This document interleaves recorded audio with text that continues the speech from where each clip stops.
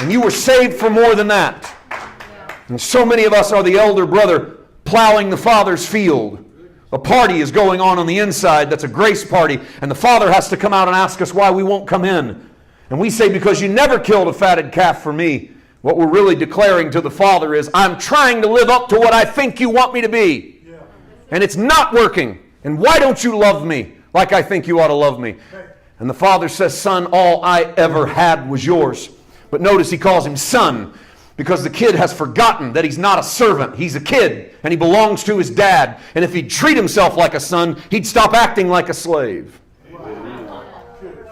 A man treats himself like one of the sons of God, he'll live like he's one of the sons of God. I think the reason people are so scared of the message of grace is because all they've ever heard is sound bites and social media clips on somebody saying grace sets you free so that you don't have to feel guilty for sin. And then they hit pause or stop and write a rebuttal and explain to you why you should walk under fear and trembling and conviction and condemnation. And the reality is if we listen a little longer, or maybe if we do a little better job teaching it, what we would end up finding out is that grace doesn't liberate you to act like an idiot. Grace frees you up to be the son you always were. And out of the knowledge of sonship, you'll live better than you ever did trying to copy somebody else's life.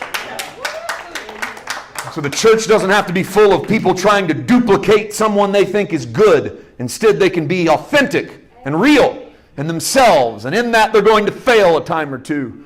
But they're always going to know that they're their Father's child. And out of that, can imitate me as I imitate God. But I want you to notice at the top of verse 1, there's a therefore. And you should never see a therefore without asking yourself a simple question. What's it there for? It has to be there for a reason, because what the author is doing is building off of previous information. Here's the problem. When our translators start a chapter with a therefore, we don't catch it, because we figure there's a good reason they broke the chapter at that point. I mean, most of us read our Bible in chapter chunks, not books. We don't sit down and read the book of Ephesians. We read the 4th chapter of Ephesians. Then tomorrow we read the 5th chapter. And when we read the 5th chapter without having just read the 4th chapter, we see the therefore, but we don't get what it's there for. Because chapter 4 was yesterday, and chapter 4 was yesterday's devotion. But chapter 4 and chapter 5 didn't exist when Paul wrote the letter to the Ephesians. He's just writing a big letter to the Ephesians. And when he writes a therefore, he wants you to realize something just happened and you need to remember it. So to do that, look at the last verse of chapter 4. This leads into the therefore. Here's Ephesians 4:32. Now get ready, because it's not going to be an easy verse. All right? Be kind to one another, tenderhearted, forgive one another, even as God in Christ forgave you. Therefore, imitate God as if you were one of His dear children. Now, why does he have to put a therefore on it? Here's why I believe he puts a therefore. Because it's hard to be kind to everyone and tenderhearted and forgive people the way God forgave us. Because how did God forgive you? Did He wait until you got everything right and then forgive you?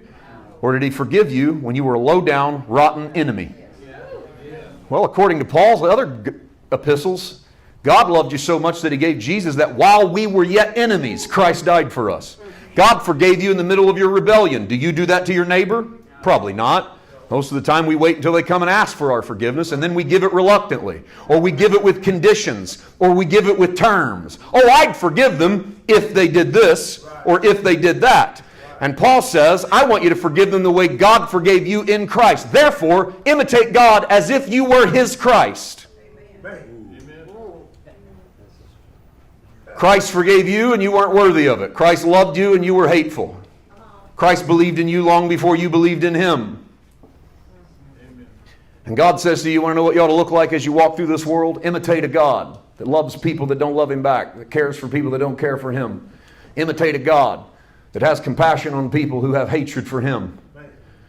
You'll start looking and acting more like the Jesus of the Sermon on the Mount. A man smites you on the cheek, Jesus said, I say to you, turn to him the other one. You've heard it said before, an eye for an eye and a tooth for a tooth. But I say to you, if he smacks you, give him a second chance to smack you again.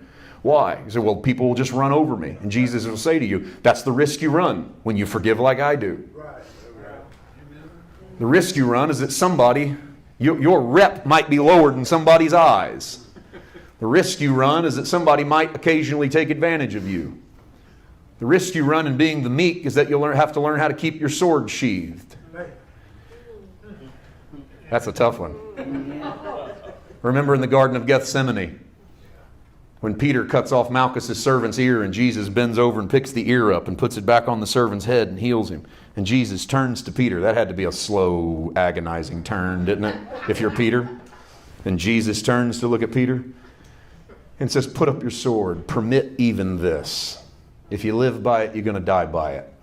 You need to learn, Peter. This is what Jesus is saying. You need to learn to determine your value, not emotionally responding to how people treat you, but treating people what they are worth in the eyes of the Father. Otherwise, you're going to live your life cutting everybody's ear off you ever meet.